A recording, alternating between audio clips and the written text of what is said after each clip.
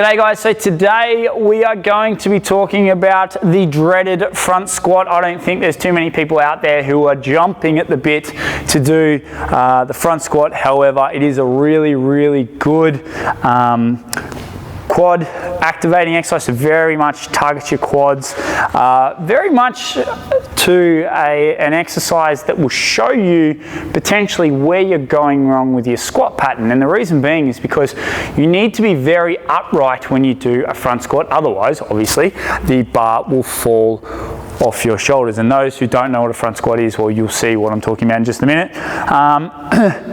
So what I'm getting at is that obviously if your form's off, right, and it falls off, then it's a good level. I go, okay, so clearly I'm tilting a little bit too far forward, and so I need to maybe rectify that in my normal back squat or whatever squats you're doing, high bar, low squat, high bar or low bar.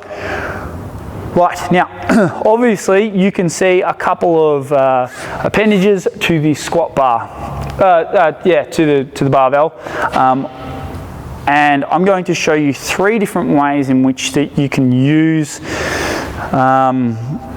or set yourself up for a front squat so that it works best for you. So the reason why these are here are for those with tight lats. Now I tend to be one of those people who have tight lats, and your lats are here. Lats are very much important when it comes to this exercise, and I'll show you in just a moment. But your first one that we want to set up with is what I like to call butterfly hands. Really simple.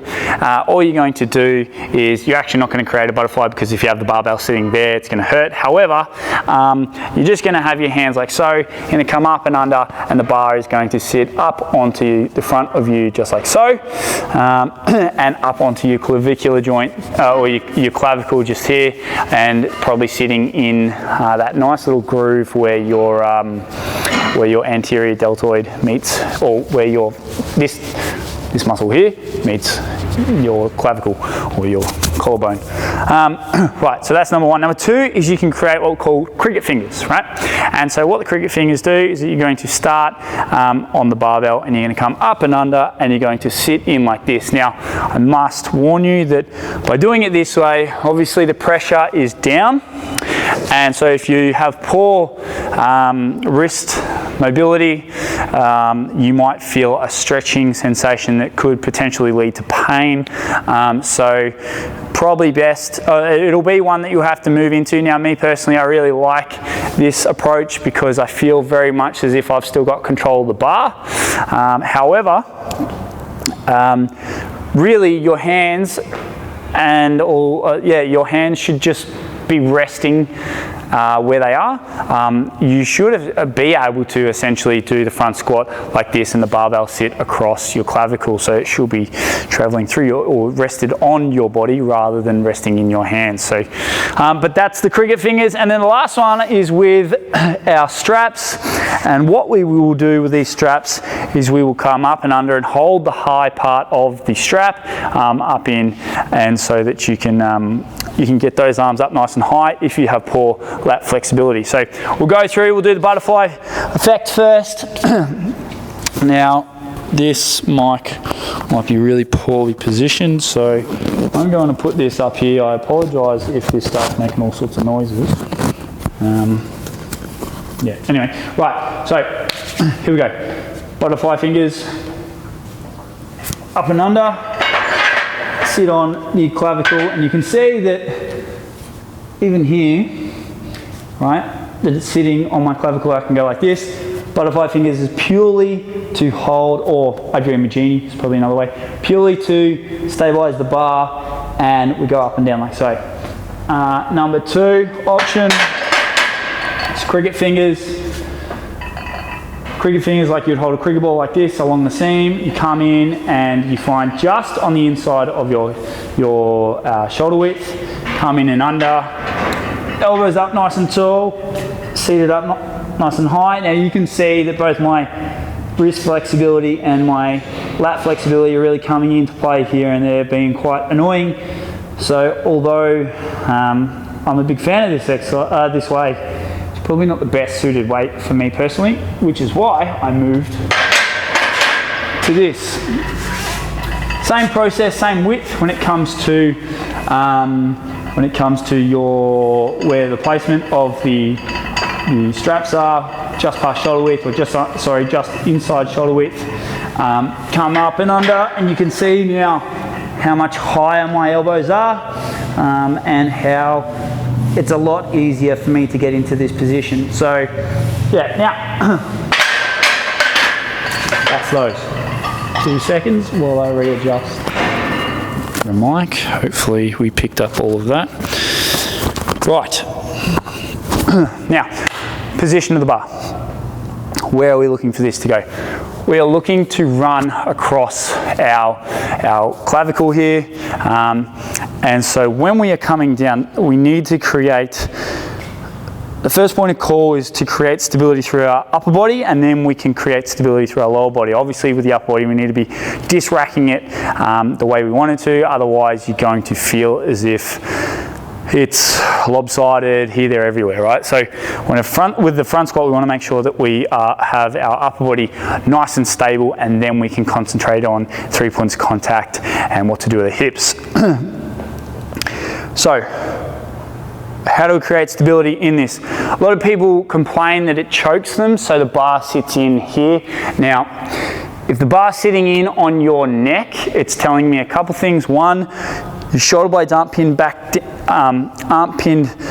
and down enough, and we're not stabilizing enough through our lats to create a much of a pronounced chest, so that it should sit across our clavicle and our chest rather than being pinned up. Now it's going to be in here, but if all the weight is forcing back onto your throat, you can hear that it starts to cut off my windpipe, and you're going to get that real negative association with this exercise. It shouldn't be cutting you off that badly. Now, also with the high elbows, it goes without saying that if you drop your elbows down, there's no place for that bar to go bar down, okay? It's going to roll off. So the importance of keeping your elbows just above your shoulder joint, so from here to that position there, we want to keep them up and above.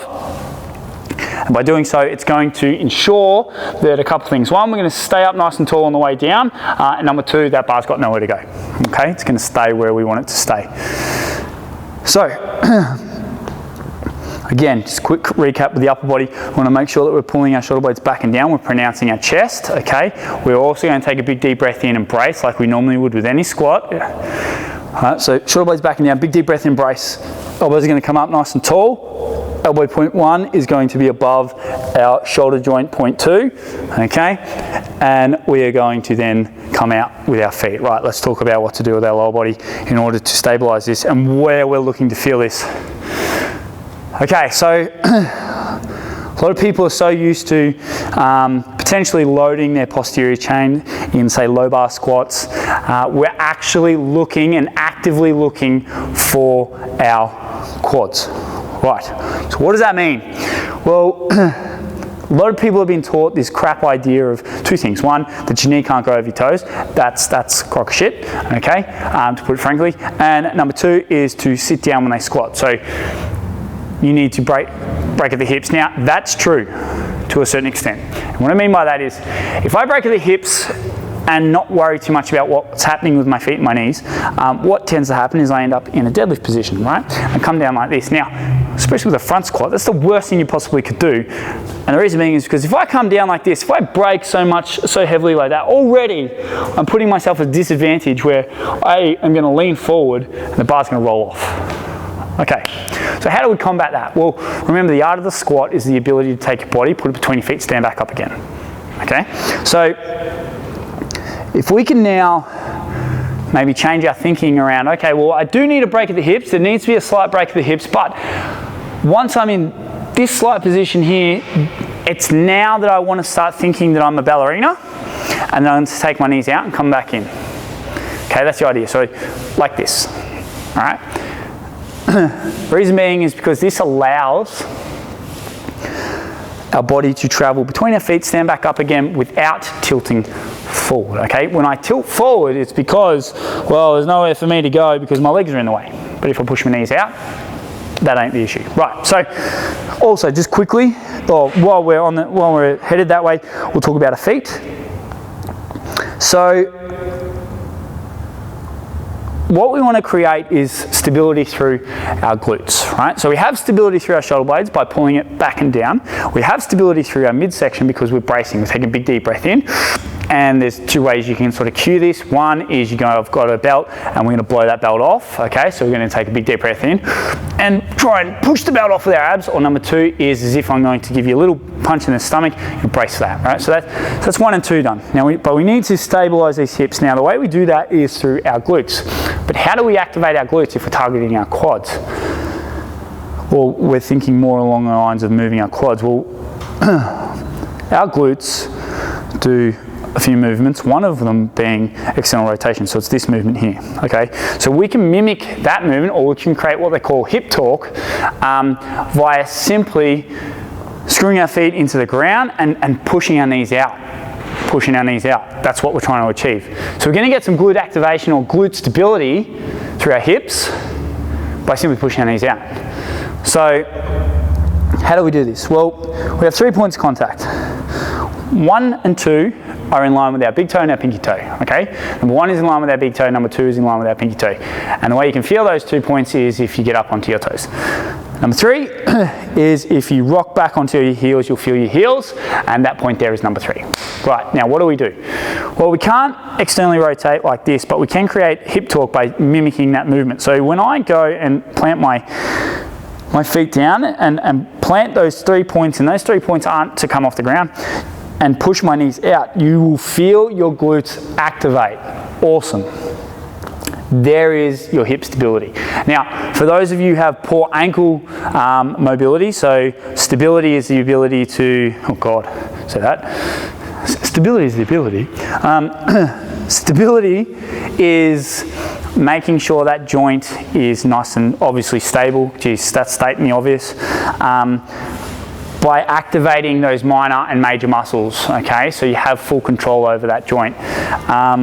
Mobility is the movement pattern, so going all the way down, all the way up, taking it full range of motion. Now, for those who have poor mobility through their ankles, so once they get to a certain point, their ankle starts to lift off the ground, you can do what we call chock in the heels, and that is by simply getting a mat or even a 2.5 kilo weight and putting it under your heels, standing on that, pushing knees out, okay? And that's going to allow you, when you get to the bottom part, to be able to get right into your quads. I probably suggested doing it anyway if you don't have ankle mobility issues, because by chocking your heels, you're going to dive deeper into your quads anyway. Right, so I'm going to go through now how to, or the full process of the front squat. But I'm going to I'll do all 3. Let's do all 3, shall we? So we're going to move this up here. Oh, good God. Yep, there we go. All right, hopefully this doesn't make too much noise for you. So we'll start off with the, there we go. We'll start off with our straps. So we're going to come up and under. Our shoulder blades are going to be pinned back and down, elbows up nice and tall, and I'm pretty happy with our setup here, so we're going to stand up tall. Now I'm going to take a few steps forward. Okay, now I'm looking for point 3. I'm going to screw, and then I'm going to feel for points 2 and 1. I'm going to screw my feet in. My elbows are going to stay up nice and tall. And notice how I can still talk to you. That's because it's not on my windpipe. If it was on my windpipe, you would hear this, okay? And it'd start to feel crap. So also, again, this is just for stability or making sure the bar doesn't move too far. I could still come out like this.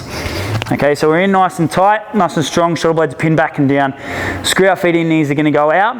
And then when I am ready, I'm going to go down nice and slow and control it through my quads. So 3, 2, 1, brace. And up, 1. And 2. Okay, so you can see that there. That's how you go about using the straps. Number 2, or number 1 in the original demonstration was butterfly fingers. So we're going to come up and under, and I'm going to grab the bar like so.